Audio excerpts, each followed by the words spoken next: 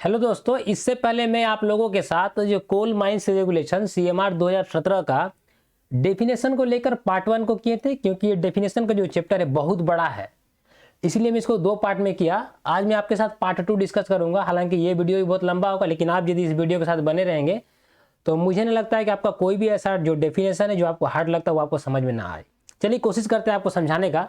ये पहला आपका है फ्लेम प्रूफ इनक्लोजर। ये फ्लेम प्रूफ इनक्लोजर क्या है, इसको पढ़ने से आपको समझ में नहीं आएगा, क्योंकि इसमें डायरेक्ट ये चीज लिख दिया गया है कि जो सीईए 2010 में जो फ्लेम प्रूफ का जो मीनिंग है वो भी इसमें यही मीनिंग है, इतने इसमें लिखा गया है। मैं आपको समझाता हूँ फ्लेम प्रूफ इनक्लोजर होता है क्या। ये 2 वर्ड से बना है, फ्लेम प्रूफ और इनक्लोजर।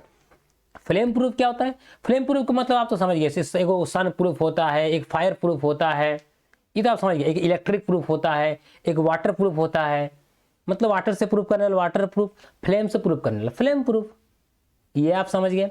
तो फ्लेम से प्रूफ करने वाला फ्लेम प्रूफ। लेकिन इनक्लोजर का मतलब क्या होता है? इनक्लोजर का मतलब होता है ढांचा, ये आप समझ गए। अब मैं आपको समझाता हूं फ्लेम प्रूफ इनक्लोजर का मतलब क्या होता है। कि ऐसा इनक्लोजर, ऐसा ढांचा कि जिसके अंदर में यदि किसी भी प्रकार का किसी भी गैस का यदि एक्सप्लोजन हो जाए या उसके अंदर आग लग जाए तो वो उस एक्सप्लोजन को या उस फायर को सह सकता है। सह सकता है कहने का मतलब क्या है कि यदि वो एक्सप्लोजन हो जाए तो वो पूरा ढांचा एकदम फिक्स रहेगा। ऐसा नहीं कि वो भी एक्सप्लोज कर जाए, वो भी एक्सप्लोड कर जाए। यदि उसके अंदर में गैस एक्सप्लोजन हो गया तो पता चलेगा उसका पूरा जो आपका जो इनक्लोजर है पूरा एक्सप्लोज कर गया। इसका मतलब ये नहीं है, मतलब ये है कि उस इनक्लोजर के अंदर में किसी प्रकार का एक्सप्लोजन हो जाए तो क्या कि वो उसको आराम से सह सकता है, कुछ भी होने वाला नहीं है उस इनक्लोजर को, ये आप समझे। दूसरा क्या है, उसके अंदर निकलने वाली चिंगारी या उससे बनने वाली चिंगारी इतनी कमजोर होती है कि बाहर में यदि इनफ्लेमेबल गैस यदि मौजूद भी है ना तो उसको आग लगाने के लिए कैपेबल नहीं होता है, सक्षम नहीं होता है। यहां तक आप समझे। और एक बार मैं समझा रहा हूं कि फ्लेम प्रूफ इनक्लोजर का मतलब ये होता है कि वो इस प्रकार बना होता है कि यदि उसके अंदर में एक्सप्लोजन हो जाए तो बिना किसी हानि का, बिना किसी को चोट पहुंचाए उस पूरे मतलब इनक्लोजर को सह सकता है। पहला चीज। दूसरा, उससे उत्पन्न होने वाली चिंगारी या उससे बनने वाली चिंगारी, चिंगारी मतलब समझ गए, जो स्पार्क बनेगा वो इतना वीक होगा, इतना कमजोर होगा कि वो बाहर में यदि ज्वलनशील गैस मौजूद भी रहेगा ना उसको आग नहीं लगा सकता है, ये समझ गए। आगे आते हैं गैस। गैस का मतलब हम 9-10 में क्या पढ़े हैं कि जिसका सर वॉल्यूम और शेप इनडिफिनिट होता है, मतलब इसका आकार आयतन अनिश्चित होता है, ये समझ गए। लेकिन वो सब तो है ही कि गैस का मतलब जानते ही, लेकिन इसमें रेगुलेशन के अनुसार आपको धुआं को भी लेना है और आपको भाप को भी लेना है, उसको हम लोग गैस में ही इंक्लूड करेंगे। और इससे रिलेटेड क्वेश्चन पूछते हैं, गैस इंक्लूड्स, अब फ्यूम और वेपर दे देता ऑप्शन में।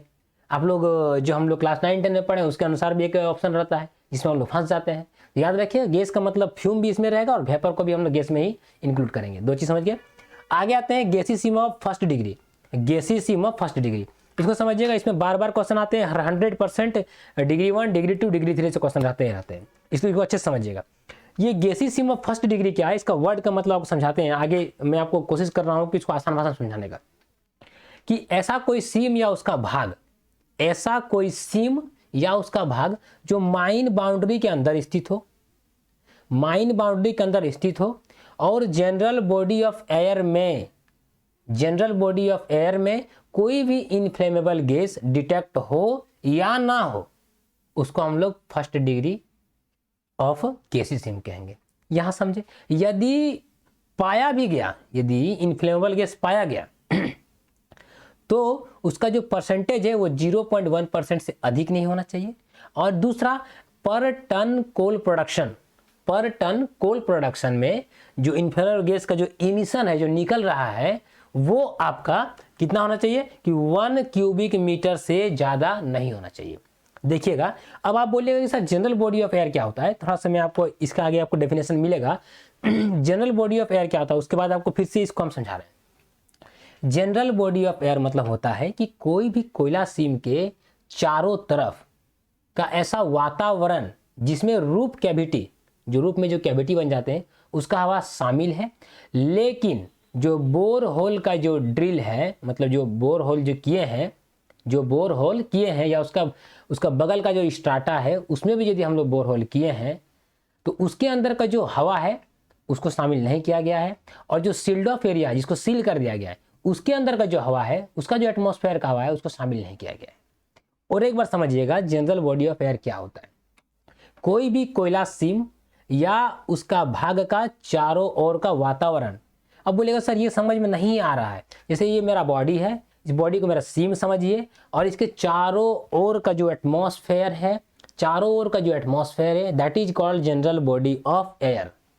यदि मैं कोल सीम हूं तो ये आप समझ गए।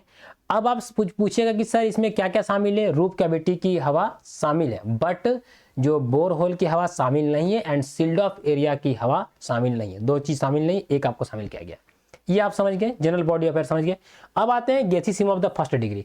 अब इसको समझिएगा गैसीय सीमा ऑफ फर्स्ट डिग्री क्या है, कि मतलब कोई भी कोयला सीम या उसका पार्ट, ये क्लियर हो गया, जो माइन बाउंड्री के अंदर स्थित हो, माइन बाउंड्री के अंदर स्थित हो, ये आप समझ गए, लेकिन ओपन कास्ट नहीं हो। इस बात पे आप ध्यान रखिएगा, not being open cast working, open cast working नहीं हो, उसमें मतलब अंडरग्राउंड वर्किंग की बात कर रहा है, उसमें आपका इनफ्लेमेबल गैस पाया जाए या फिर ना पाया जाए, वही लिख रहा है, वेदर और नॉट, पाया जाए या नहीं पाया जाए।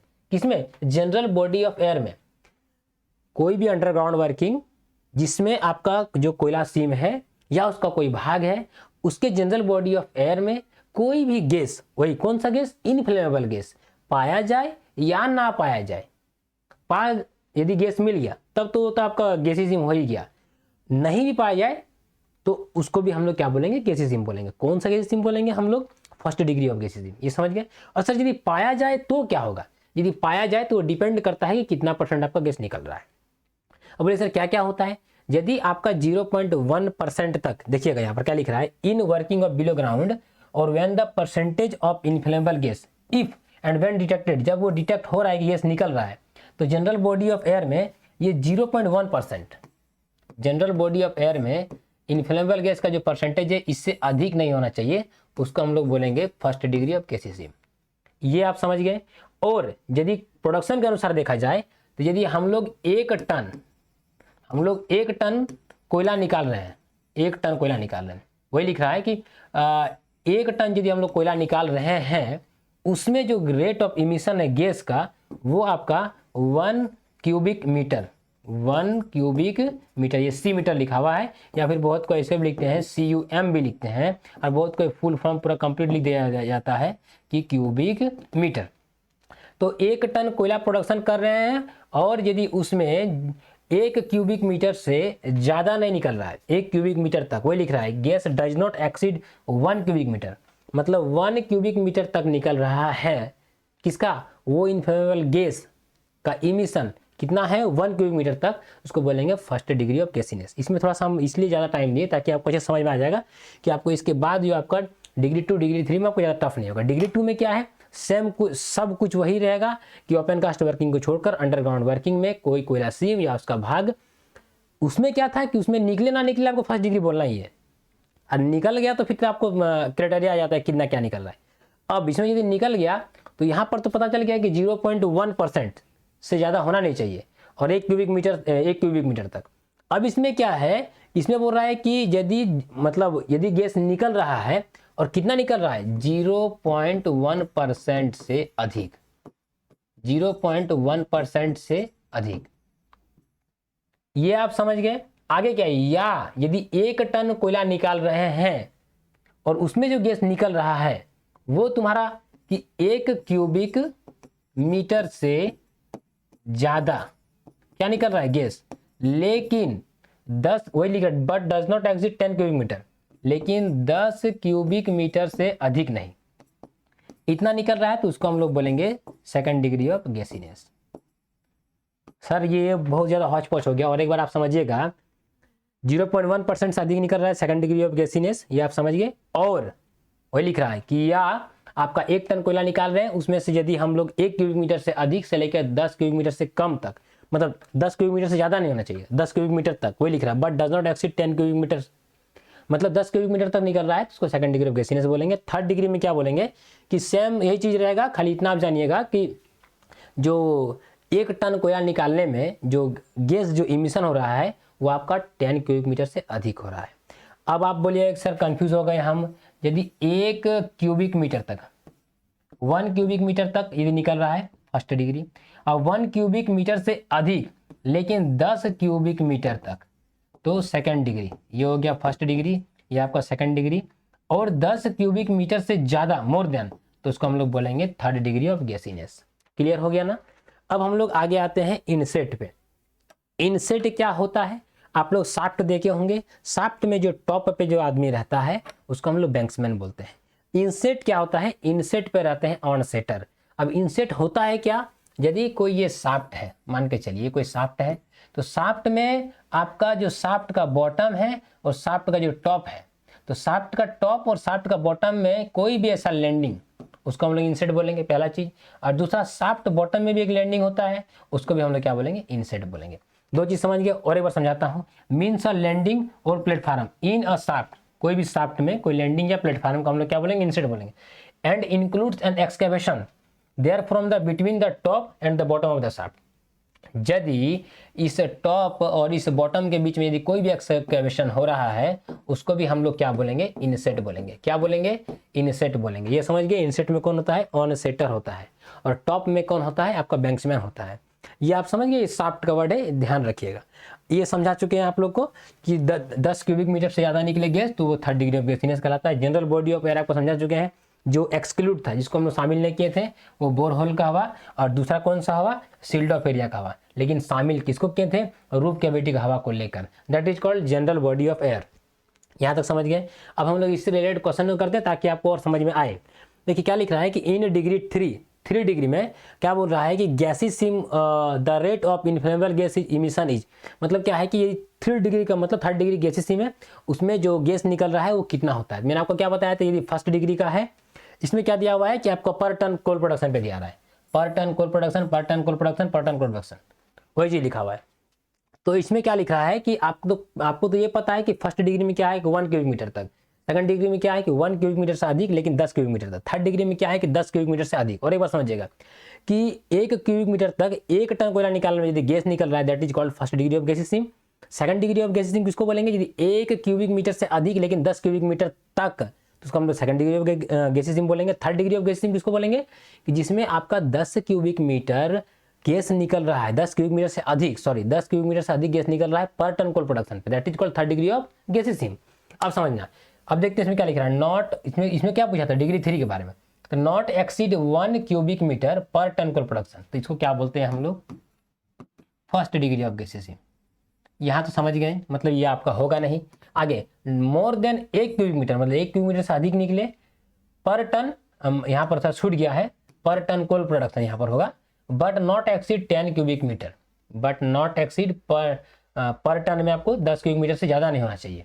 तो ये क्या हो गया आपका सेकंड डिग्री, ये समझ गए, मतलब ये ऑप्शन आपका होगा नहीं। थर्ड में क्या था, 10 क्यूबिक मीटर से ज़्यादा गैस निकले 1 टन कोयला निकालने के लिए, ये आपका ऑप्शन देखिए, एक्सीड 10 क्यूबिक मीटर पर टन ऑफ कोल प्रोडक्शन, मतलब ये ऑप्शन आपका सही है। इस प्रकार देखिए ये जो क्वेश्चन आपको जो सेट किए हैं, इसमें आपको फर्स्ट, सेकंड और थर्ड तीनों का आपका रिवाइज भी हो जाएगा। और इसको करने से आपको सेकंड क्लास के लिए आपको ज़्यादा आपको मेहनत करना नहीं पड़ेगा, आराम से वो भी निकल जाएगा। इधर एमएस और ओवरमैन तो आराम से निकलेगा, इससे भी इजी क्वेश्चन आपका सेटअप रहेगा आपको क्वेश्चन में, यदि एग्जाम पेपर में। इसलिए आपको घबराने की बात नहीं है, इसलिए मैं कोशिश कर रहा हूँ आपको अच्छे तरीके से समझाने का, और वैसा क्वेश्चन समझाऊँ ज़्यादा आपको टफ यदि समझ में आ जाएगा तो ईजी आप आराम से निकाल लीजिएगा। आगे आते हैं, a gassiness of first degree in underground working in which, underground working में जो फर्स्ट डिग्री ऑफ गैसीसिम किसको बोलेंगे। अब इसमें दिया हुआ है कि परसेंटेज के आधार पर, इसमें कोल प्रोडक्शन को कोई ये नहीं दिया हुआ है, देखते हो क्या ऑप्शन पे डिपेंड करता है। Inflammable gas does not exceed 0.1%, यही चीज हम बताए थे कि 0.1% तक यदि आपका निकल रहा है क्या इन्फ्लेमेबल गैस, इसको पार नहीं करना चाहिए। यदि यहीं तक निकल रहा है तो इसको हम लोग बोलते हैं फर्स्ट डिग्री, ये तो सही है। आगे inflammable gas exceed 0.1%, second degree में आता है, ये आपका होगा नहीं। Rate of emission of inflammable gas exceed 10 cubic metre पर टन कोल प्रोडक्शन, 1 टन कोयला निकालने में 10 क्यूबिक मीटर से ज़्यादा गैस निकल रहा है, इसको क्या बोलते हैं हम लोग, इसको क्या बोलते हैं, तो थर्ड डिग्री गैसीसिम, थर्ड डिग्री गैसीसिम। ये क्या था आपका सेकंड डिग्री, ये क्या था आपका फर्स्ट डिग्री, ये आप समझ गए। अब हम लोग आते हैं नॉन ऑफ दिस, तो आपका होगा नहीं। अगला क्वेश्चन पे, अगला क्वेश्चन में क्या बोला गया है कि general body of air includes, general body of air में क्या इंक्लूड होता है और क्या क्या एक्सक्लूड होता है। मैंने आपको समझाया था कि रूफ कैविटी की हवा शामिल होती है, लेकिन बोर होल की हवा शामिल नहीं होती है, और सील्ड ऑफ एरिया की हवा शामिल नहीं होती। दो शामिल नहीं होती, एक शामिल होती है। अब देखते हैं ऑप्शन पे। General atmosphere of coal seam, yes, general किसी भी कोलसीम का जनरल एटमॉस्फेयर को हम लोग जनरल बॉडी ऑफ एयर बोलेंगे, ये तो सही है। अगला क्या है, atmosphere in the roof cavity, roof cavity का जो चारों ओर का जो वातावरण है उसमें जो आपका हवा रहेगा that is called general body of air, उसमें शामिल है, ये भी आपका सही है। General atmosphere in sealed off area, ये शामिल नहीं होता है, ये आपका होगा नहीं, मतलब ये दोनों सही है। तो ए और बी, देखिए यहाँ पर आपका ऑप्शन डी में ए एंड बी लगा हुआ है, आपको ये टिक आउट करना है। याद रखिएगा एग्जाम में जो आप बैठने के लिए जाते हैं, एग्जाम को क्रैक करने के लिए जाते हैं, तो आप इस चीज़ को ध्यान रखिएगा, सारा ऑप्शन पढ़ना है, सारा ऑप्शन पढ़ने के बाद ही टिक आउट कीजिएगा। ऐसा नहीं आपको पहला मिल गया आप टिक आउट करके निकल गए, पता चला कि आपका वो ऑप्शन के अलावा भी कोई दूसरा ऑप्शन भी सही था और लास्ट में वो दोनों ऑप्शन में था, इसलिए कंफ्यूज नहीं करना। आगे आते हैं एनी पार्ट ऑफ वर्किंग, ये आपको समझाएंगे थोड़ा सा आगे, जो डेफिनेशन आप समझाएंगे तब। अगला क्या है आपका गोफ। गोफ क्या है, देखिए गोफ जो ये वर्ड बना है ये अंडरग्राउंड से रिलेटेड है, अंडरग्राउंड से रिलेटेड, ये ओपन कास्ट का रिलेटेड वर्ड नहीं है, ठीक है। गोफ क्या बोलते हैं, जैसे कि हम लोग कोयला निकालते हैं तो कोयला निकालने के बाद पिलर छूट जाता है, पिलर जो काम किसका करता है, सपोर्ट की तरह काम करता है, पूरा लोड को संभाले रहता है। अब क्या होता है कि जब हम लोग डी पिलरिंग करते हैं, जब हम लोग पिलर को निकालने का काम करते हैं, तो पिलर जब निकालेंगे तो कोयला इसमें निकल गया, जब कोयला निकल गया तो मतलब कहने का मतलब पिलर हम निकाल रहे हैं, जब पिलर को काट के निकाल दे रहे हैं तो वहाँ पर कुछ बचेगा नहीं, तो ऊपर का पूरा एकदम रूफ को गिरने के लिए छोड़ दिया जाता है, ये हो गया, या उधर जाने के लिए योग्य वो नहीं रहता है। कोई भी पिलर या उसका भाग को हम लोग काट के निकाल लिए, वो जो पूरा जगह बन गया दैट इज कॉल्ड गोफ। देखना ही समझना इस बात को कि means any part of working below ground, below ground में कोई भी ऐसा वर्किंग जहाँ से पिलर या उसका भाग को, इसमें आपका लॉन्गवाल का वर्किंग भी शामिल है, तो जिसमें पिलर या उसका भाग को इसमें हम लोग काट के निकाल लिए हैं, मतलब उससे कोयला को हम लोग पूरा अच्छी तरीके से एक्सट्रैक्ट कर लिए हैं। जो अभी वर्किंग प्लेस नहीं है, जो अभी वर्किंग प्लेस नहीं है, समझिएगा, और एक बार मैं आपको समझाने की कोशिश कर रहा हूँ कि आपका बिलो ग्राउंड में मतलब अंडरग्राउंड में जिसमें से आपका लॉन्गवाल भी शामिल है, ये समझिए लॉन्गवाल एक मेथड ऑफ माइनिंग है, जिसमें बड़े बड़े फेस बनाकर हम लोग कोयला कटाई करते हैं, रोटेटर मशीन चलता है, कंटिन्यूअस माइनर चलता है, वो मतलब लॉन्गवाल, ये आपका मुनिडी में धनबाद में आपको देखने को मिलेगा, आप उसके बारे में बृहद चर्चा आपको करेंगे, लेकिन अभी ज़्यादा ये इंपॉर्टेंट उतना नहीं एग्जाम पॉइंट ऑफ व्यू से, खाली इतना पूछा जाता है कि लॉन्गवाल माइनिंग कहाँ हो रहा है अभी फिलहाल के लिए करंट में झारखंड में, तो आपको मिलेगा मुनिडी में। आगे समझाता हूँ कि यदि कोयला का कोई पिलर है, उसको यदि हम लोग काट के निकाल लिए या उसका किसी भाग को काट के निकाल लिए, वो जो पूरा एरिया बच गया जो अभी वर्किंग प्लेस नहीं है दैट इज कॉल्ड गोफ, दैट इज कॉल्ड गोफ, ये आप समझ गए। आगे आते हैं हॉल रोड। हॉल रोड क्या है कि ये आपका ओपन कास्ट का वर्ड है, ये आपका ओपन कास्ट का वर्ड है, याद रखिएगा कि क्या होता है कि ओपन कास्ट में कोई भी मशीनरी चलती है, तो मशीनरी जो चलती है उसमें क्या होता है, हॉलिंग होता है। हॉलिंग किसका होता है, मटेरियल का हॉलिंग होता है, चाहे वो कोयला हो चाहे वो ओबी हो। तो वही चीज़ लिखा है कि कोयला या ओबी को ट्रांसपोर्टेशन के लिए या फिर मशीनरी के ट्रांसपोर्टेशन के लिए जिस भी चीज़ का हम लोग वहाँ पर यूज़ करते हैं उसको ले जाने के ले आने के लिए that is called hall road. अब आपको समझाते हैं यहाँ समझना कि कोई भी ऐसा पासेज या कोई भी ऐसा रोड जिसको मेंटेन करके रखा जाता है और जिसका यूज़ किया जाता है किसके लिए, working of open cast mines के लिए, माइंस ओपन कास्ट माइंस में कोई वर्किंग के लिए, फॉर प्लाइंग ऑफ मशीनरी, कोई मशीनरी के चलने के लिए with the percent of mine boundary के अंदर स्थित। सर समझ में नहीं आया और एक बार समझाइए। ओपन कास्ट माइंस में कोई भी मशीनरी को चलने के लिए, मटेरियल के होलिंग के लिए, चाहे कोयला हो चाहे ओबी हो, और उसके यूज़ के लिए और उसको मेंटेन करने के लिए जो चीज़ को बनाया जाता है, ऐसा कोई पासेज या कोई ऐसा रोड, उसको हम लोग हॉल रोड बोलेंगे। इसका मतलब हॉल रोड क्या होता है सर, कोई पासेज होता है, यस। क्या रोड होता है, यस। कहाँ पर, ओपन कास्ट में। क्या यूज़ किया जाता है, कोई मशीनरी को प्लाइंग करने के लिए इसका उपयोग किया जाता है, मशीनरी उसमें आना जाना करता है। अब उस मशीनरी में कुछ भी चीज़ जा सकता है, मटेरियल जा सकता है, मटेरियल को कोयला आ गया, आपका ओबी आ गया, कोई मशीन आपको वीडियो गया उसको उठा के लेके चल जा रहा है, that is called hall road, लेकिन वो माइन बाउंड्री के अंदर स्थित होना चाहिए। आगे आते हैं इंक्लाइन। इंक्लाइन क्या है, ये आपका कोई भी ऐसा इंक्लाइंड रोडवे या फिर कोई भी इंक्लाइंड पास, मतलब समझना कि इसको हम लोग इंक्लाइन नहीं बोलेंगे, इसको इंक्लाइन बोलेंगे। वही लिख रहा है कि कोई भी एक इंक्लाइंड पासेज या कोई रोड, कहाँ पर, सरफेस में या बिलो ग्राउंड में। इसका मतलब आप बोलिएगा कि सर ये इंक्लाइंड वर्ड ये आपका सरफेस और बिलो ग्राउंड दोनों से मतलब ये सर ये करता है, सर बिलोंग करता है, लेकिन क्या हॉल रोड क्या अंडरग्राउंड में यूज नहीं होता है। हॉल रोड आपका ओपन कास्ट का वर्ड है, याद रखिएगा। ये आप समझ गए। आगे आते हैं, अब इससे रिलेटेड क्वेश्चन को करते हैं तो आपको समझ में आएगा। एक क्वेश्चन छोड़े में था हम लोग, लिख रहा है कि any part of working below ground, below ground का कोई भी पार्ट, वर्किंग का कोई पार्ट, वेयर फॉर्म पिलर या उसको कोई पार्ट को हम लोग in case of longwall working, longwall working में भी यदि कोयला को एक्सट्रैक्ट कर लिया गया है, एक्सट्रैक्टेड लिखा हुआ है, कोयला को एक्सट्रैक्ट कर दिया गया है, लेकिन बट नॉट वर्किंग प्लेस, लेकिन अभी वो वर्किंग प्लेस नहीं है, दैट इज कॉल्ड क्या होता है, गोफ।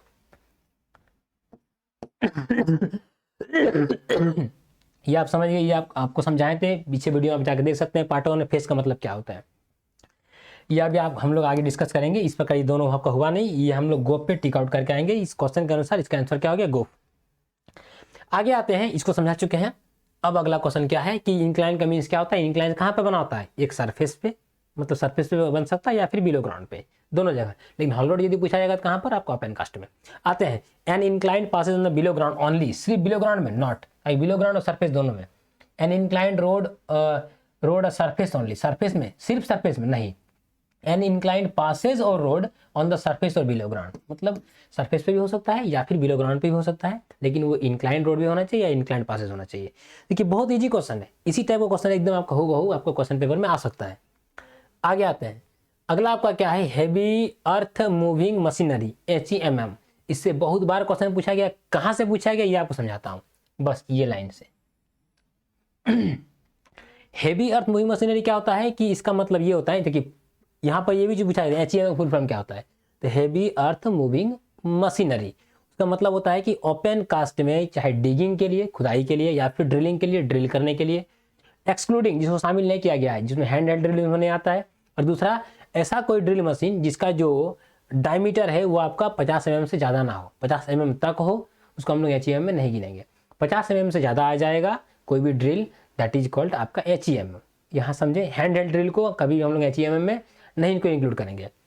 आगे समझाते हैं कि उस अभी तक क्या आप समझे कि ओपन कास्ट में डिगिंग, ड्रिलिंग, ड्रेजिंग करने के लिए, हाइड्रोलिकिंग मतलब पानी से काटने के लिए, कोई भी चीज़ को हम लोग पानी से भी काट सकते हैं, ये हो गया। अगला क्या है कि रिपिंग, खुरदरा करने के लिए, डोजिंग ठेलने के लिए, या फिर ग्रेडिंग, ग्रेड करने के लिए, जैसे डोजिंग के लिए क्या होता है, डोजर, ग्रेडिंग के लिए क्या होता है, ग्रेडर, रिपिंग के लिए रीपर मशीन यूज होता है, समझ में आ गया ना। आगे क्या है, एक्सकवेटर यूज होता है, लोडिंग के लिए लोडर यूज होता है, ट्रांसपोर्टिंग के लिए आपका डंफर या टीपर्स या डंफर्स यूज होते हैं, मिनरल्स और ओवरबर्डन। कहने का मतलब क्या हो गया कि HEMM में क्या क्या आ जाएंगे, आपका लोडर आ जाएंगे, एक्सकवेटर आ जाएंगे, ग्रेडर आ जाएंगे, डोजर आ जाएंगे, रीपर आ जाएंगे, और जो ड्रेजिंग करता है, जो हाइड्रोलिकिंग करके काटता है, कि बहुत होता है ना कि पूरा पानी का धार से पूरा कोई चीज़ को काट रहा है, जैसे जो काम मेरा कटर करेगा वो काम मेरा पानी भी कर सकता है, लेकिन पानी को बहुत तेज धार से मारना पड़ता है, डेट इज कॉल्ड हाइड्रोलिकिंग, वो हो गया।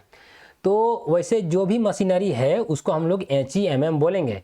सर नहीं समझ में आ रहा, और एक बार समझाइए। मिनरल में सब पूछा जाता है, और ओवरबर्डन मतलब मिनरल या फिर ओवरबर्डन को ट्रांसपोर्ट करने के लिए, लोडिंग करने के लिए, एक्सकवेटिंग करने के लिए, ग्रेडिंग करने के लिए, डोजिंग करने के लिए, रिपिंग करने के लिए, हाइड्रोलिकिंग के लिए, ड्रेजिंग के लिए, ड्रिलिंग के लिए, डिगिंग के लिए, ये सब के लिए यदि यूज़ किया जा रहा है, ये सब के लिए यूज़ किया जा रहा है, तो उसको हम लोग क्या बोलेंगे, HEMM। और एक बात समझिए, HEMM किसको बोलेंगे, किसको छोड़ के, यदि आप हैंड हेल्ड ड्रिल यूज़ कर रहे हैं वो आपका HEMM में नहीं आएगा, या फिर ऐसा कोई ड्रिल मशीन जिसका जो डाया है वो 50 mm से ज़्यादा ना हो, उसको हम HEMM में नहीं गिनेंगे। जो ओपन कास्ट में यूज़ किया जाता है किसके लिए, डोजिंग के लिए, ग्रेडिंग के लिए, एक्सकवेटिंग के लिए, लोडिंग के लिए, ट्रांसपोर्टिंग के लिए, हाइड्रोलिकिंग के लिए, रिपिंग के लिए, ड्रेजिंग के लिए, डिगिंग के लिए, ड्रिलिंग के लिए, और किसके लिए सर, वो मिनरल्स या फिर आपको ओवरबर्डन के लिए। जिस भी मशीनरी का यूज़ किया जाता है उस मशीनरी को हम लोग बोलते हैं HEMM। वैसे मशीनरी को क्या बोलेंगे, HEMM। आगे आते हैं मैनेजर क्या होता है सर, तो इस रेगुलेशन में मैनेजर होता है कि सेक्शन 27 सॉरी अंडर रेगुलेशन 27 के अंतर्गत जिसको भी अपॉइंट किया जाएगा दैट इज कॉल्ड मैनेजर। और एक बार समझिएगा, रेगुलेशन 27 के अंतर्गत जिसको भी अपॉइंट किया जाएगा दैट इज कॉल्ड मैनेजर। अब हम लोग आगे आते हैं क्वेश्चन पे, मैनेजर अपॉइंटेड अंडर कौन सा रेगुलेशन के अंतर्गत, रेगुलेशन 27 ये आप समझ गए। रेगुलेशन 33 क्या है, रेगुलेशन जो 33 है वो आपका सीनियर ऑफिशियल का अपॉइंटमेंट है, याद रखिएगा, सीनियर ऑफिशियल का अपॉइंटमेंट है, सीनियर ऑफिशियल का अपॉइंटमेंट, ये आप समझ गए। अगला क्या, रेगुलेशन 27 आप समझ गए, उसका आंसर ये है 190, ये आपका शॉर्ट फायरर का अपॉइंटमेंट है, शॉर्ट फायरर का अपॉइंटमेंट। 30 क्या है आपका, अपॉइंटमेंट ऑफ शॉर्टकट लिख रहे हैं अपॉइंटमेंट ऑफ असिस्टेंट मैनेजर, ये आप समझ गए। देखिए 27 आपका मैनेजर हो गया, 27 के नीचे आपका जो 28 आ जाएगा वो मैनेजर चार्ज रिपोर्ट हो गया। 0 से 28 समझ गए। 27 क्या हो गया, 27 के अंतर्गत हम लोग मैनेजर का अपॉइंटमेंट करते हैं। 28 क्या हो गया, मैनेजर चार्ज रिपोर्ट, ये हो गया। 29 क्या हो गया, तो मैनेजर नीचे कौन होगा, सेफ्टी ऑफिसर, तो 29 resolution appointment of safety officer 29 हो गया। अब उसके नीचे में कौन हो गए, 29 के नीचे में 30, तो 30 आपका असिस्टेंट मैनेजर हो गया, ये समझ गए। 31 में कौन आएंगे, फिर वेंटिलेशन ऑफिसर आ जाएगा, वेंटिलेशन 31 हो गया। 32 में कौन आएंगे, तो 32 में आपका जो वेंटिलेशन ऑफिसर के जो नीचे रहते हैं क्या आ जाएगा, इंजीनियर आ जाएगा। 32-33 में कौन आ गया, तो आपका सीनियर ऑफिसर आ गया। इस तरह का आगे बढ़ते जाएंगे हम लोग, फिर याद करते जाएंगे। हालांकि ये बहुत ज़्यादा टफ नहीं है। जब हम लोग ऑनलाइन क्लास जस्ट हम लोग 4 तारीख या 5 तारीख से स्टार्ट कर रहे हैं, जो एकदम फ्री ऑफ कॉस्ट रहेगा। मैं अपना एक्सपीरियंस आप लोग के साथ शेयर करूंगा और बहुत सारा क्वेश्चन आप लोग के साथ डिस्कस करूंगा, कि ताकि आपका जो NCL जो MCL का एग्जाम हो वो बहुत आसानी से निकल जाए। और आपके तैयारी को मैं मजबूती देने के लिए आ रहा हूँ। 4 या 5 को हम लोग 4 या 5 जनवरी को ऑनलाइन क्लास स्टार्ट कर रहे हैं, एकदम फ्री ऑफ कॉस्ट, याद रखिएगा। इस नंबर पे आप व्हाट्सएप कर सकते हैं। अब हम लोग आते हैं माइन पे, डिस्कस करते हैं व्हाट इज माइन। देखिए माइन को समझिएगा, कभी भी हम लोग माइन को ओपनिंग करते हैं तो उसका एक बाउंड्री फिक्स होता है। जैसे कि हम लोग कभी घर बनाते हैं तो हम लोग का एक ज़मीन का एक बाउंड्री फिक्स होता है कि हम लोगों का नॉर्थ में यहाँ तक हम लोग का ज़मीन है, साउथ में यहाँ तक है, ईस्ट में यहाँ तक है, वेस्ट में यहाँ तक है। उस प्रकार हम लोग का एक बाउंड्री फिक्स होता है कि ये हम लोग का अपना बाउंड्री है। उसी प्रकार माइन का एक बाउंड्री होता है। तो यही बोल रहा है कि माइन का जो बाउंड्री है, उस बाउंड्री के अंदर कोई भी एक्सकेवेशन समझिएगा इस वर्ड को। इसमें आपका थोड़ा सा इसमें लिख रहा है कि within the mine boundary, मतलब माइन बाउंड्री के अंदर या उसके इर्द गिर्द, all premises plants machinery and works as specified in clause J of subsection 1 of section 2। जो माइंस एक्ट का सेक्शन 2 में का उसका सबसेक्शन 1 का आपका क्लाउज J, उसमें क्या है, उसमें आपका है कि कौन कौन सा वर्क आपका स्पेसिफाइड है, वो लिख रहा है कि वर्क एज स्पेसिफाइड। तो कौन कौन सा वर्क स्पेसिफाइड है कि मिनरल को निकालने के लिए हम लोग क्या करते हैं, ड्रिलिंग करते हैं, डोजिंग करते हैं, हाइड्रोलिकिंग करते हैं, एक्सकेवेटिंग करते हैं, माइनिंग करते हैं, या फिर क्वेरिंग करते हैं। चाहे वो नेचुरल गैस को निकालने के लिए हो, चाहे पेट्रोलियम को निकालने के लिए हो, या मिनरल ऑयल्स को निकालने के लिए हो, या फिर मिनरल को निकालने के लिए हो। ये सारे काम आ जाते हैं माइंस एक्ट का सेक्शन 2 का सेक्शन जो सब सेक्शन 1 है उसका जो क्लाउज J है, उसमें जो अभी मैंने आपके साथ जो नाम लिया वो सारे वर्क्स हैं। तो वो सारे वर्क्स यदि हो रहे हैं किसके अंदर, उस बाउंड्री के अंदर, तो वो जो पूरा क्षेत्र है ना वो कहलाएगा आपका माइन। और एक बार समझिएगा माइन किसे कहते हैं। माइन बाउंड्री के अंतर्गत ये सर ये लिखा है for the purpose of chapter 4, ये क्या है आपका, जो आपका इंस्पेक्टर्स और जो माइन ऑफिशियल्स है उसके अंतर्गत जो रेगुलेशंस का जो मीनिंग है माइंस का, तो माइंस का मतलब होता है कि माइन बाउंड्री के अंतर्गत कोई भी एक्सकेवेशन या उसके इर्द गिर्द कोई भी प्लांट हो या मशीनरी हो या ऐसा कोई भी काम, चाहे वो हाइड्रोलिकिंग हो, माइनिंग हो, क्वेरिंग हो, जितने सारे नाम बताएं लंबा हो जा रहा है, तो वे सारे काम जो उस क्षेत्र के अंतर्गत हो रहा है, उस बाउंड्री के अंतर्गत हो रहा है, दैट इज कॉल्ड आपका माइन। ये आप समझ गए। आगे आते हैं मिस फायर। मिस फायर क्या होता है, नाम से ही पूरा क्लियर लिखा हुआ है कि हम लोग जो फायरिंग करने के लिए जिस होल को फायर करने के लिए यूज करते हैं, और यदि वो मिस हो जाए दैट इज कॉल्ड क्या हो जाएगा, मिस फायर। समझिएगा इसका मीनिंग का मतलब क्या होता है, means the failure to explode an entire charge of explosive.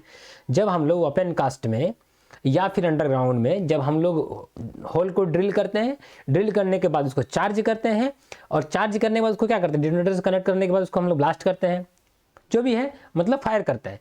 यदि फायर करने के बाद यदि मेरा इंटायर चार्ज जो भी हम लोग एक्सप्लोसिव डाले थे वो कंप्लीटली नहीं फूटा that is called miss fire. क्या हो गया, मिस फायर। और सर यदि हम लोग एक होल है उसमें यदि हम लोग एक्सप्लोसिव को चार्ज कर दिए और यहाँ तक फूटा और ये बाकी एरिया नहीं फूटा, तो इसको क्या बोलेंगे सर, तो इसको हम लोग सॉकेट बोलेंगे। क्या बोलेंगे, सॉकेट। और कंप्लीटली नहीं फूटा तो इसको हम लोग क्या बोलेंगे, मिस फायर। समझ गए। हालांकि सॉकेट को हम लोग मिस फायर जैसा ही ट्रीट करना है, हम लोगों को सॉकेट को मिस फायर के जैसा ही ट्रीट करना है जिस प्रकार हम लोग मिस फायर होने के बाद जो ट्रीट करते हैं। ये आप समझे। वही चीज में लिखा हुआ है। देखिए मिसफायर का क्वेश्चन बहुत बार पूछा गया है, रेगुलेशन 204 वाला में क्या पूछा गया है कि means the failure to explode of an entire charge, मतलब पूरा का पूरा चार्ज का क्या हो जाना, फेलियर हो जाना। क्या फेलियर हो जाना, एक्सप्लोड मतलब फूटने से फेल हो जाना, वो फेल हो मतलब कंप्लीटली फेल हो जाना। ये समझ गए क्या, पूरे चार्ज का, ये समझ गए मतलब जो एक्सप्लोसिव डाले, एक्सप्लोसिव डालने के बाद पूरा चार्ज हो गया, जब उसको ब्लास्ट किए तो ब्लास्ट नहीं हुआ, कंप्लीटली मिस हो गया, दैट इज कॉल्ड मिसफायर। आगे आते हैं, अगला क्या इससे क्वेश्चन क्या है, मिसफायर मींस मतलब क्या होता है, short hole remaining after being charged, यहाँ पर चेंज लिखा हुआ है, remaining after being charged with explosive and blasting. जब हम लोग एक्सप्लोसिव डालने के बाद जब ब्लास्टिंग करते हैं तो कुछ जो बच जाता है, जो शॉर्ट होल जो कुछ बच जाता है उसको हम लोग क्या बोलते हैं, मिसफायर नहीं, उसको हम लोग बोलते हैं सॉकेट। तो ये आपका ऑप्शन होगा नहीं, ये खत्म हो गया। अगला क्या है, मिस्ड ऑफ फायर। बहुत कोई जो हमारे पार्टनर लोग जो मिसफायर को डेफिनेशन को अच्छे से नहीं देखे होंगे वो सबसे पहले ये टिक आउट करेंगे, missed of fire that is called misfire, जबकि ये नहीं, रेगुलेशन के अनुसार ये गलत है। आगे उसका मतलब क्या होता है, failure to explode of an entire charge of explosive in a short hole. Short hole किसको बोलते हैं कि हम लोग ब्लास्टिंग के लिए कोई होल ड्रिल करते हैं, उसको चार्ज करते हैं, डिटोनेटर से कनेक्ट करते हैं, that is called short hole या फिर ब्लास्ट होल। ये समझ गए। Failure to ignite a detonator, मतलब डिटोनेटर को इग्नाइट करने के लिए, मतलब जो इग्नाइट जो हम लोग करते हैं जो फेल हो जाए, दैट इज कॉल्ड मिसफायर, नहीं इसको मिसफायर नहीं बोलते। ये समझ गए, मतलब कौन सा हो गया आपका ऑप्शन सी।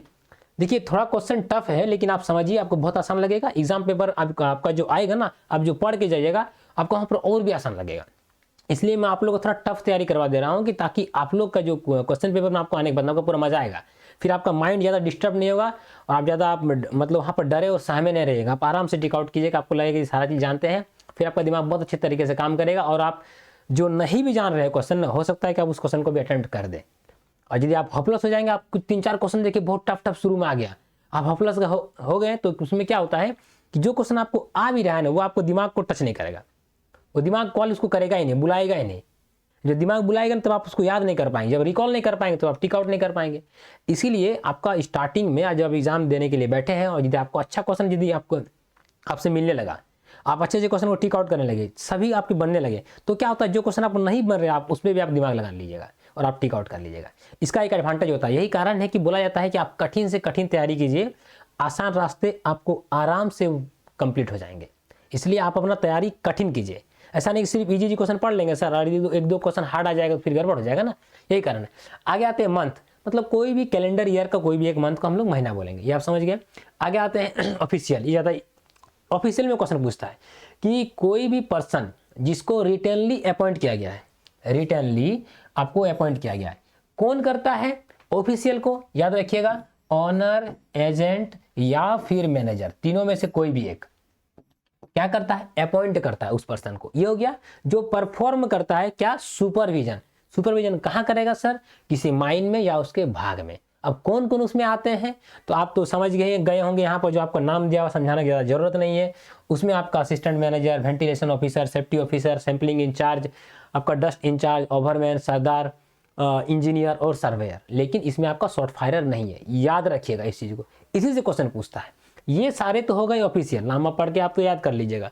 सिर्फ इसमें देखिए सर्वेयर हो गया, इंजीनियर हो गया, सरदार हो गया, ओवरमैन हो गया, फिर आपका डस्ट इंचार्ज हो गया, उसका सैंपलिंग इंचार्ज हो गया, उसके बाद आपका safety officer, ventilation officer, assistant manager, ये टोटल क्या कहलाते हैं आपका ऑफिशियल। आगे आते हैं अगला क्वेश्चन पे। अच्छा इस पे हम लोग क्वेश्चन डिस्कस करते हैं। क्वेश्चन क्या है, which of the following is not official. मैंने अभी आपको बताया ओवरमैन है क्या नहीं, आप यहाँ पर जाकर देखिए आपको ओवरमैन मिल जाएगा, सरदार भी मिल गया क्या नहीं, इंजीनियर भी मिल गया, सर्वेयर भी मिल गया, देख रहे हैं ना यहाँ पर ऑप्शन देखिए। ओवरमैन आपका होगा नहीं, सरदार आपका होगा नहीं, सर्वेयर आपका होगा नहीं। जो ऑफिशियल नहीं है वो कौन, आपका शॉर्ट फायरर नहीं है, ये समझ गए। आगे आते हैं अगला क्वेश्चन। अगला आपका ये है प्रैक्टिस है कि आपका ऑन सेटर क्या होता है। अभी मैंने आप लोगों के साथ डिस्कस किया था, ये आपका शाफ्ट है।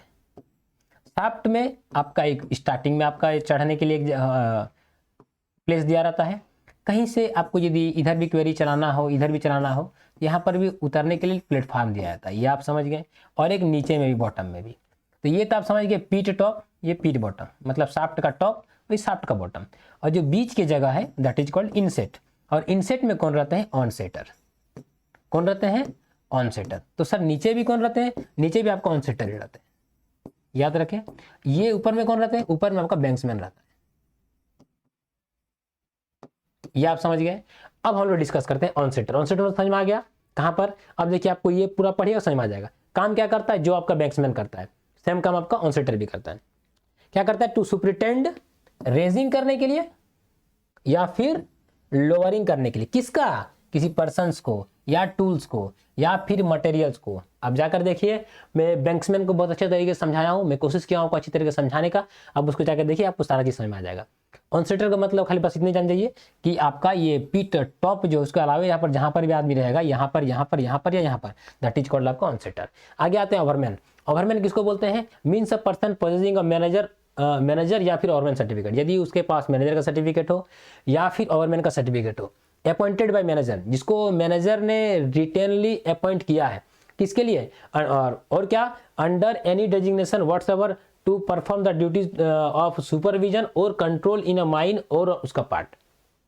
मतलब क्या है कि माइन या उसके किसी भाग को सुपरविजन करने के लिए और उसको कंट्रोल करने के लिए, सुपरविजन भी करना है और आपको कंट्रोल भी करना है। आपको एक चीज भी ध्यान रखना है कि कोई आपको गलत तरीके से काम नहीं हो रहा है, उसको सुपरवाइज करना है, कंट्रोल भी करना है। ऐसा नहीं कि आपको जहां पर किसी आदमी को काम लगा भाग के कहीं और बढ़े, लोगों को आपको कंट्रोल भी करना है। ये समझ गए?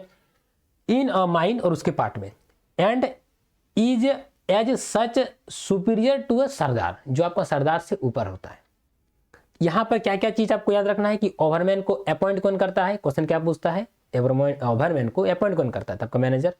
दूसरा क्वेश्चन क्या पूछ सकता है कि सरदार से जो ऊपर का जो आदमी होता है, सरदार से जो ऊपर का आदमी होता है, और क्या कहते हैं सुपीरियर टू सरदार। ऑप्शन आपको दे देगा बहुत सारा ऑप्शन, जिसमें से आपका एक ओवरमैन भी डाल देगा। तो आपको टिक आउट क्या करना है कि ओवरमैन। अब बोलिए सर उसमें यदि असिस्टेंट मैनेजर रहा तो उसको भी आप टिक आउट करना पड़ेगा। लेकिन यदि पूछ देगा कि विच ओवरमैन, तो आपको ये समझना है कि उसको ऑप्शन के अनुसार आपको टिक आउट करना है कि कौन सा ऑप्शन आपका सही होने वाला है। आगे क्या है कि उसको काम क्या मिलता है? एक सुपरविजन और कंट्रोल, दो चीज। ऐसा नहीं बोलिएगा management, control, supervision and direction, वो सब नहीं, वो आपका असिस्टेंट मैनेजर का काम में आ जाते हैं। तो ओवरमैन का सिर्फ काम होता है सुपरविजन एंड कंट्रोल। ये समझ गए? कौन उसको ये अपॉइंट करता है? मैनेजर करता है रिटर्नली। ये आप समझ गए जिसके पास। अब पूछा जाएगा कि एक ओवरमैन बनने के लिए क्या सर्टिफिकेट आपका होना चाहिए? आपके पास यदि मैनेजर का सर्टिफिकेट है तभी आप ओवरमैन भर सकते हैं, मतलब ओवरमैन बन सकते हैं। और आपके पास यदि ओवरमैन का सर्टिफिकेट तभी आप ओवरमैन बन सकते हैं। ये चीज होना चाहिए तभी आप ओवरमैन बनिएगा। ये हो गया। आगे आते हैं अगला इसका रिलेटेड क्वेश्चन पे। प्रिंसिपल ऑफिशियल मीन्स, ये प्रिंसिपल ऑफिशियल आपको समझने से पहले आपको अगला स्लाइड आपको देखना पड़ेगा, तब आपको समझ में आएगा। क्या लिख रहा है कि परमिटेड एक्सप्लोसिव इसको बोलते हैं, कि परमिटेड एक्सप्लोसिव वैसे एक्सप्लोसिव को बोलते हैं जिसको परमिट दिया गया है माइंस में ब्लास्टिंग के पर्पज से उसको यूज करने के लिए। जैसे कि P1, P2, P3, P4, P5 ये सब जो है ना वो आपका परमिटेड एक्सप्लोसिव है, डॉट डॉट डॉट करके P5। इसमें से P5 जो है ना वो आपका सोलिड ब्लास्टिंग के केस में यूज होता है, याद रखिएगा। P5 जो है ना आपका सोलिड ब्लास्टिंग में इसका यूज किया जाता है। इसी को परमिट मिलता है कि सोलिड ब्लास्टिंग आपको यदि करना है तो आपको P5 बारूद ही यूज करना है, that is called permitted explosive. Permitted explosive समझ में आ गया। P1, P2, P3, P4, P5 और भी है जो परमिटेड है, ये आप समझ गए। अब आप बोलिएगा कि परमिटेड एक्सप्लोसिव का मीनिंग होता है क्या? कि जिसका means an explosive manufactured by such firm of such types, जिसका चीफ इंस्पेक्टर में of from time to time specify general और ऑफिस ऑर्डर। मतलब आपका जनरल ऑर्डर या फिर आपका स्पेशल ऑर्डर के द्वारा वो टाइम टू टाइम वो क्या करते हैं? स्पेसिफाई करते हैं और वो बताते हैं कि परमिटेड एक्सप्लोसिव का मतलब क्या है और परमिटेड एक्सप्लोसिव किस फर्म के द्वारा बना होना चाहिए और किस प्रकार का बना होना चाहिए, वो पूरा क्लियर कर देगा। वो उसी के द्वारा बना हुआ और उसी टाइप का बना हुआ है को ही वो अप्रूव करते हैं, कौन? चीफ इंस्पेक्टर, और वही कहलाता है आपका परमिटेड एक्सप्लोसिव। ये समझे। आगे आते हैं प्रिंसिपल ऑफिशियल। प्रिंसिपल ऑफिशियल क्या होता है कि माइंस में जितने भी लोग काम कर रहे हैं ना, उस काम करने के दौरान वहां पर जो सबसे सीनियर मोस्ट पर्सन है, सीनियर मोस्ट माइनिंग का, उसको हम लोग बोलते हैं प्रिंसिपल ऑफिशियल। अब आप बोलिए कि सर यदि सीनियर मोस्ट कहने का मतलब क्या है कि एक ओवरमैन यदि 55 साल का कोई काम कर रहा है और एक मैनेजर यदि आपका 45 साल का काम कर रहा है, तो क्या हम लोग सीनियर प्रिंसिपल ऑफिशियल में हम लोग क्या ओवरमैन को बोलेंगे? नहीं। यहाँ पर जो बात हो रहा है वो क्वालिफिकेशन का। आपके वहाँ पर जो सबसे ऊंचा जो अधिकारी है वो कौन है? माइनिंग डिसिप्लिन से। समझिएगा बात को। ऑन ड्यूटी, आपका ड्यूटी में माइनिंग डिसिप्लिन से जो सीनियर मोस्ट जो पर्सन है ना, senior most person, that is called principal official. अब आते हैं इससे रिलेटेड क्वेश्चन को करते हैं। Principal official means in mining discipline on duty in mining. On duty in mine, तो उसमें क्या हो जाएगा? आपका ऑनर हो जाएगा? नहीं। एजेंट हो जाएगा? नहीं। मैनेजर हो जाएगा? नहीं। सीनियर मोस्ट माइन ऑफिशियल, उसी को हम लोग क्या बोलते हैं? Principal official. बहुत बार क्वेश्चन पूछा गया है कि प्रिंसिपल ऑफिशियल का मतलब क्या होता है, तो माइनिंग डिसिप्लिन में ऑन ड्यूटी जो सीनियर मोस्ट माइन ऑफिशियल है that is called principal official. ये समझ गए। अब आते हैं पाइपलाइन। पाइपलाइन का मतलब क्या होता है, आप लोग जरूर देखे होंगे जब हम लोग पानी को पंपिंग करते हैं माइन से या फिर किसी सामान को ले जाने के लिए, जैसे कि बालू को ले जाने के लिए, उसको हम लोग क्या बोलते हैं, पाइपलाइन। देखिए इसको, आप इसको देखिए आपको ज़्यादा समझ में आ जाएगा। या फिर कोई गैस वगैरह निकालने के लिए, मीन्स अ पाइपलाइन लेड और being used in mine for the purpose of pumping, pumping करने के लिए या पानी का सप्लाई करने के लिए, बालू का सप्लाई करने के लिए, स्टोइंग मटेरियल, ये आप समझ गए।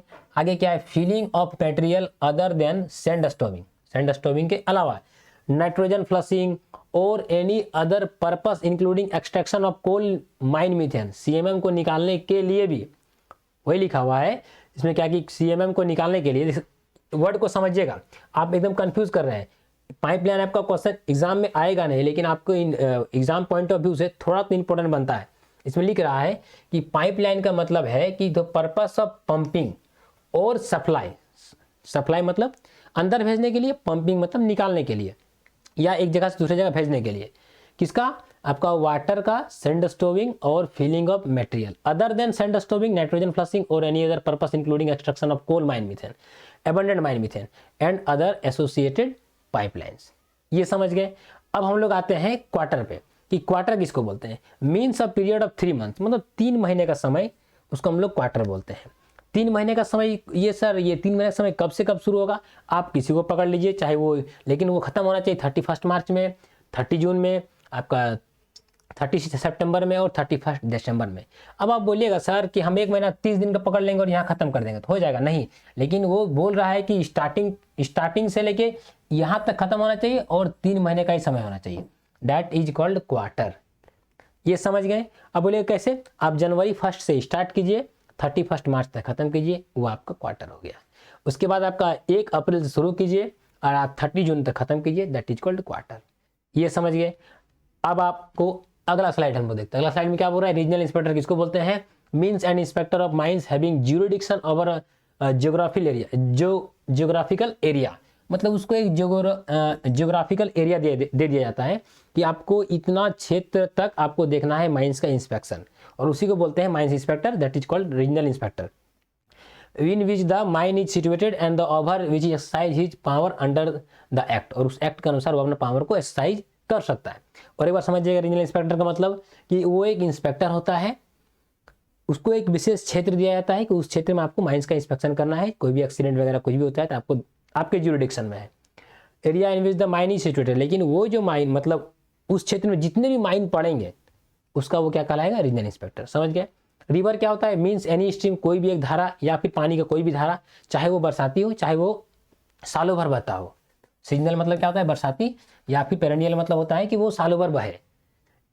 एंड इंक्लूड्स, इसके अलावे भी कि आपका कोई भी ऐसा बहाव जिसका किनारा आपका हाईएस्ट फ्लड लेवल, जिसको हम लोग जानते हैं कि यहाँ तक पानी फ्लड लेवल पहुंचा था, वो हाईएस्ट फ्लड लेवल को ये टच किया है, दैट इज कॉल्ड आपका रिवर।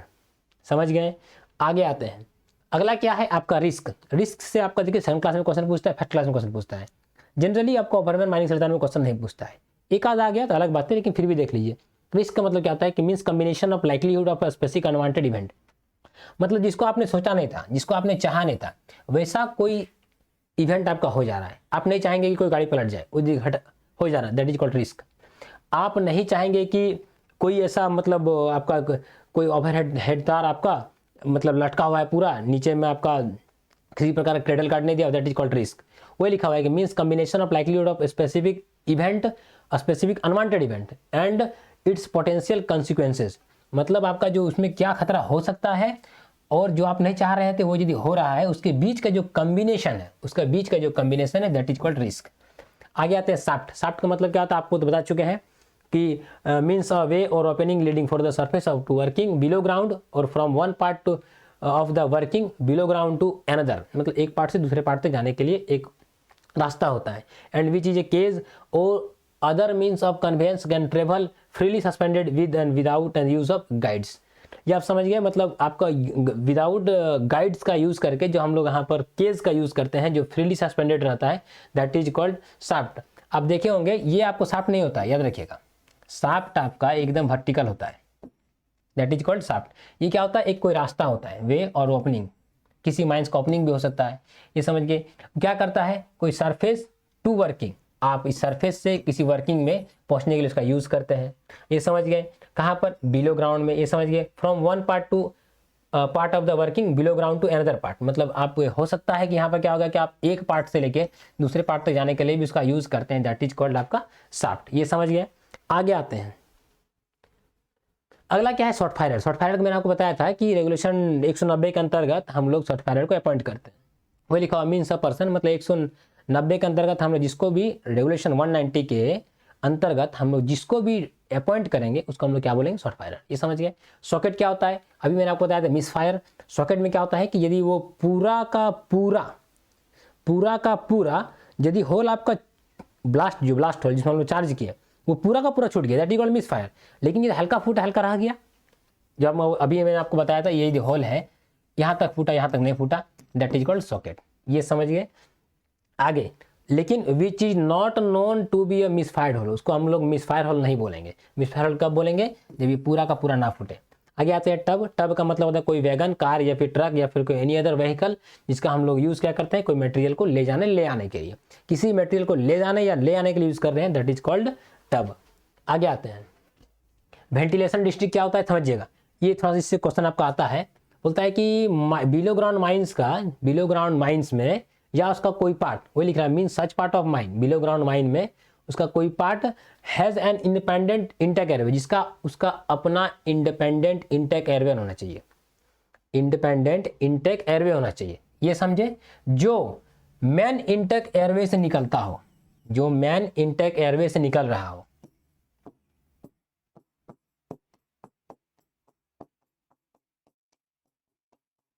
यदि ये मैन इंटेक एयरवे यदि यहाँ से निकल रहा है, यहाँ से निकल रहा है, यहाँ से निकल रहा है, that is called ventilation district, यहाँ समझे।